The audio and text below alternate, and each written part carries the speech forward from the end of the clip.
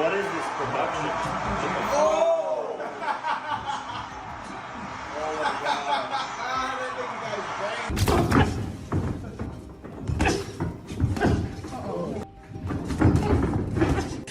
And the thing that I really appreciate about Tank is he's a dog. That kind of what he just said, you can put them earmuffs up and go at it. He kind of will assess you as well, and whatever he needs to do, he'll do it. Jake Paul has reacted to the new sparring and training footage of Gervonta Tank Davis that recently went viral across social media, and his response has everyone talking. The clip shows Davis looking sharper, faster, and more explosive than ever as he prepares for his next fight, leaving fans buzzing about whether Tank is entering his prime. Hey, get over there! Davis has made his name in the lighter division. He's last fought around 133 to 135 pounds and has never officially weighed above 140 pounds in pro bouts. Meanwhile, Paul is a natural cruiserweight, typically fighting in the 200-pound range, and he recently weighed in at that weight in his bouts. This isn't just a few pounds difference, it's several weight classes. When the gap is that wide, a lot more comes into play. The heavier fighter often has advantages in durability, power, ability to absorb punches, and leverage. It becomes less about just skill and more about who can handle being hit and still stay effective.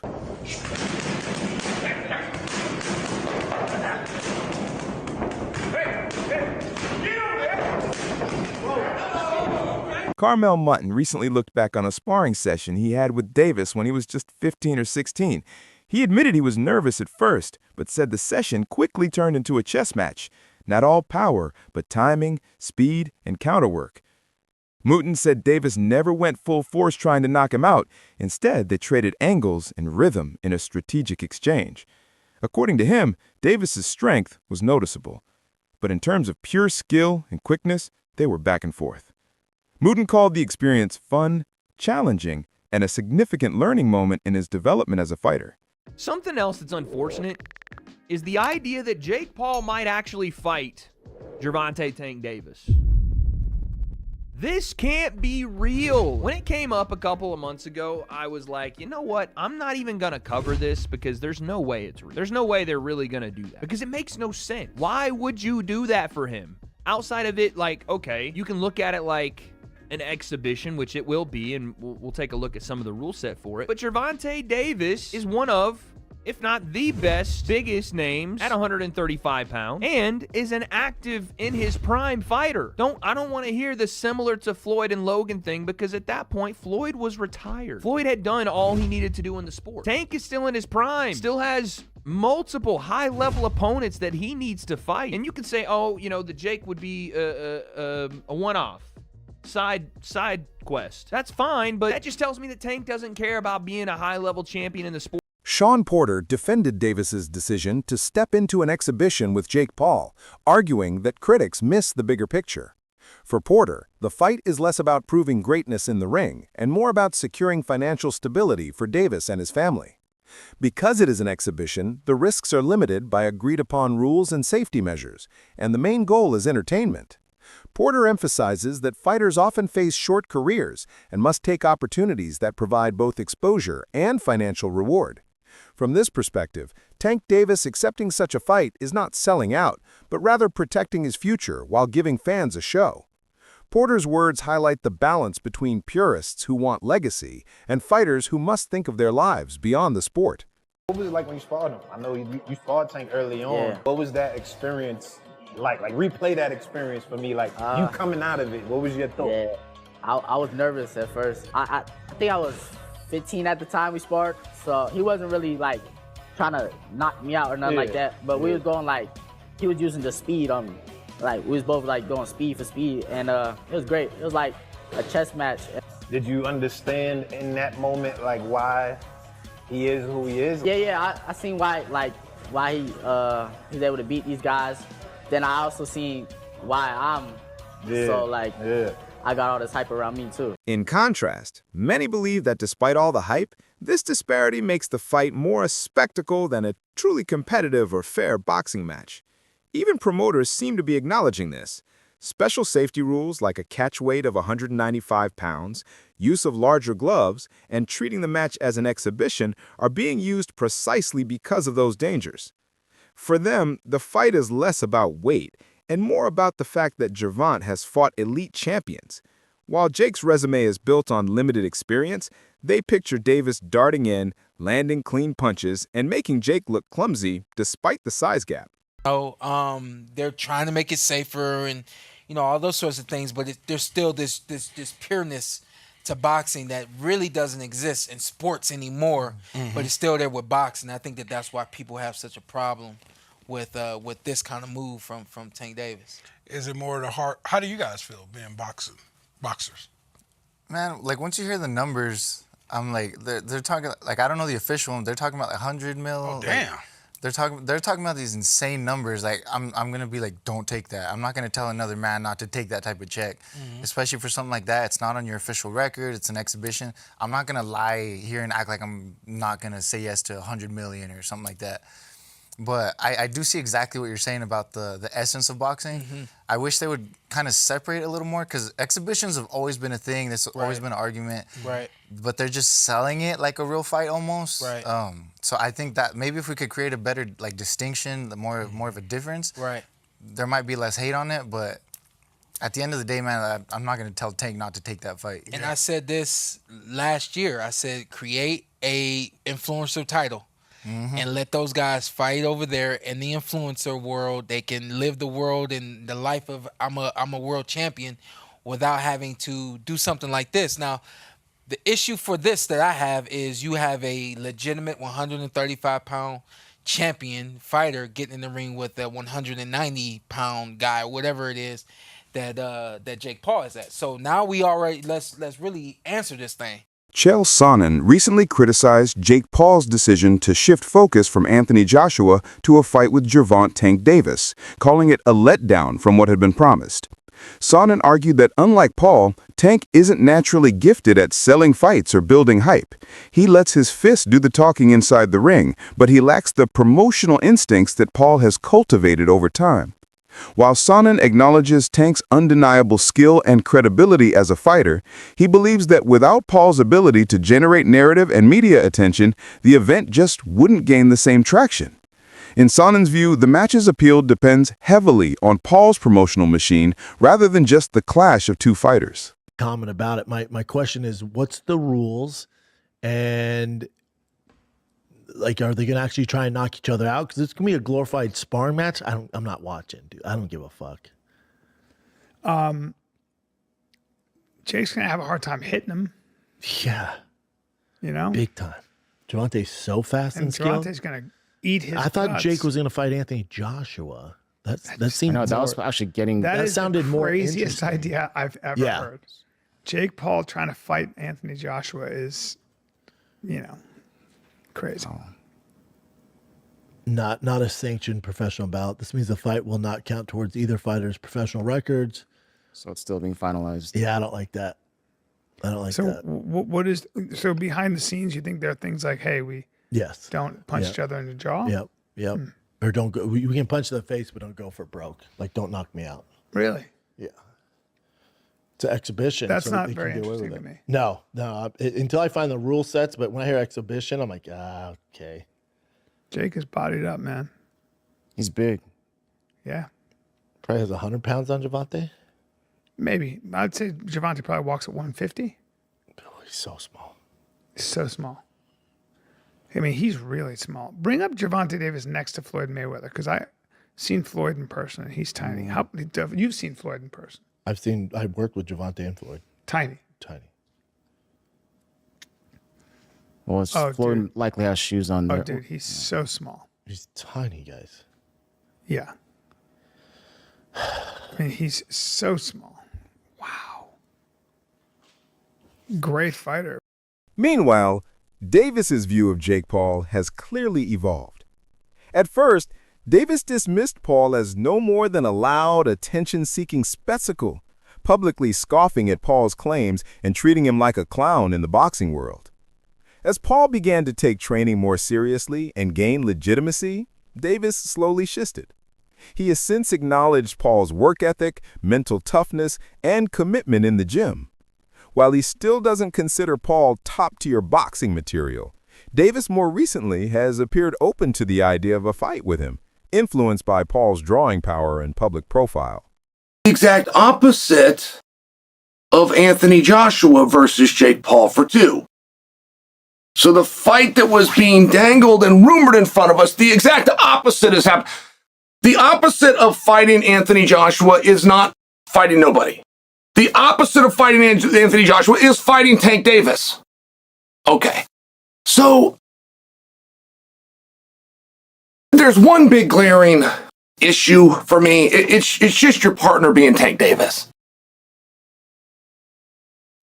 Tank is not the guy that knows how to sell a fight. Tank cannot sell a fight in his own division. It could be a title fight, a contenders fight, a main event fight. He could be the favorite. He could be the underdog. Tank doesn't know how to bring that information to you guys in a way that is compelling. And Tank is already blinking in this situation. You have one guy who is argued amongst the pound for pound current greats in boxing. You have another guy that has suggested he should not even be allowed to box, that he should have to call it something different. He should not be licensed. He should not be ranked in the top 14. He should never be selected for a world title. Okay. Now, Tank has one job to do, which is to let anybody know that's listening that it doesn't make any difference, that boxing is a real sport. Especially after Jake Paul's convincing win over Julio Cesar Chavez Jr., respect for him within the boxing community has grown substantially. The Anaheim event shattered the venue's gate revenue record, overtaking shows headlined by elite fighters, signaling massive commercial traction. Esteemed figures such as Oscar de la Hoya now see Paul as serious about boxing, suggesting he could genuinely contend for world titles. Even Manny Pacquiao acknowledged that regardless of lingering doubts, Paul's dedication cannot be ignored. The fight also elevated his technical credibility, with analysts noting his ability to control the ring and maintain composure in a hostile environment. Jake, what do you think of Jake? Clown. He's a clown. I know that Jake can't fight.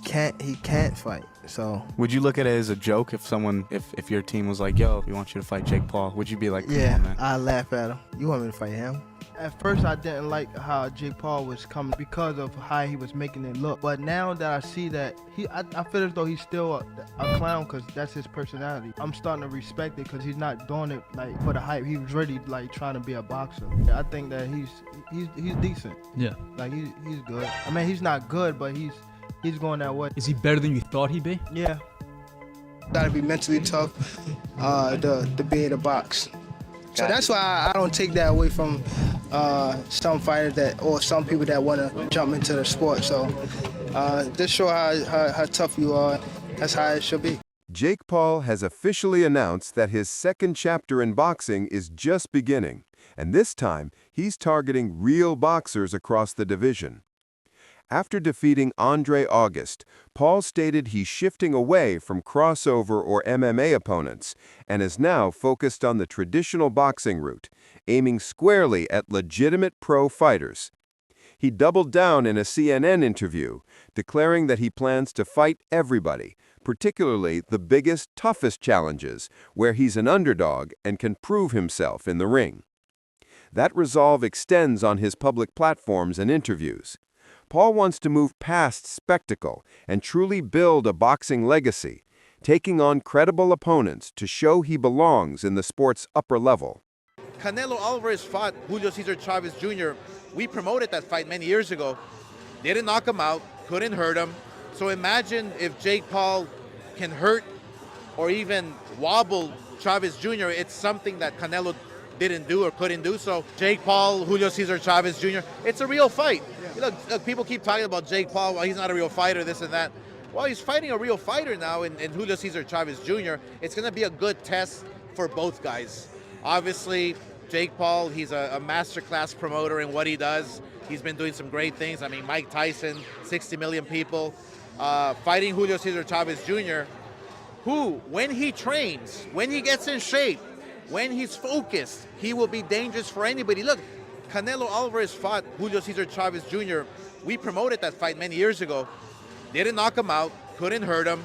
So imagine if Jake Paul can hurt or even wobble Chavez Jr. It's something that Canelo didn't do or couldn't do. So there's a lot of stories to come out from this, a lot of great stories for Jake Paul. So I just feel honored and proud that we can team up with MVP Promotions, with Jake Paul, and we can make Zurdo Ramirez with Torticos the mandatory. That's going to be a bloodbath in itself. So we're excited. However, the vast weight difference between Jake Paul and Gervonta Tank Davis was too significant to be overlooked, and ultimately Georgia declined to approve the matchup because of it. Because of that, Paul's team pulled out the application for permits in Georgia and decided to move the event to Miami instead.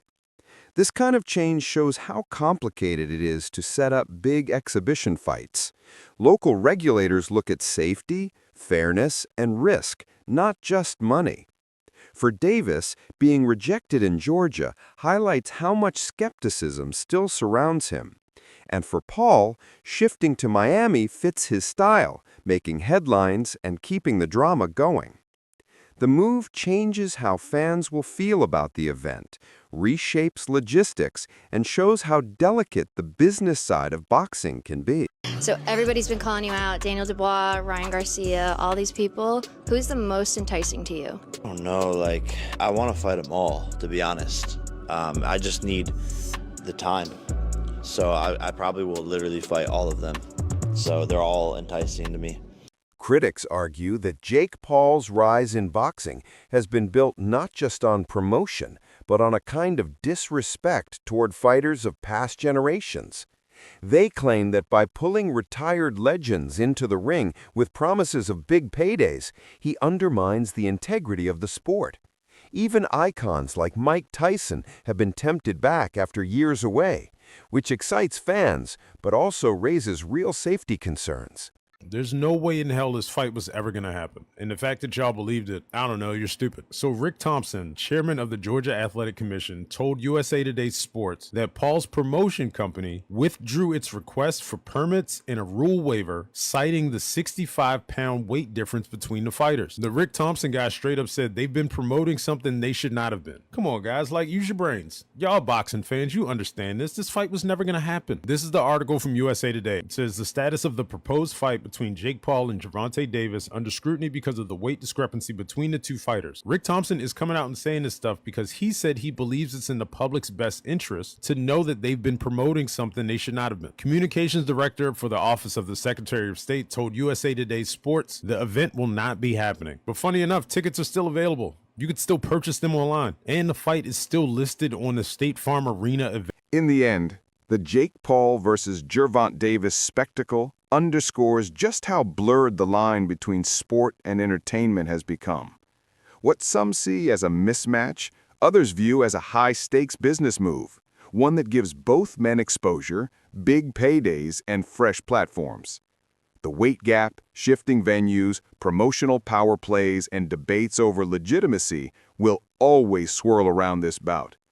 But for fans, critics, and insiders alike, the real story may be watching how these two very different fighters handle the pressure, perception, and repercussions come fight night. Whether it's remembered as a circus or a turning point in crossover boxing, the ripples will last. Out there taking on Mike Tyson that's pushing 60 years old, for crying out loud, but at the same time pretending to be like this badass motherfucker, sending me DMs talking. He offered me a contract a long time ago.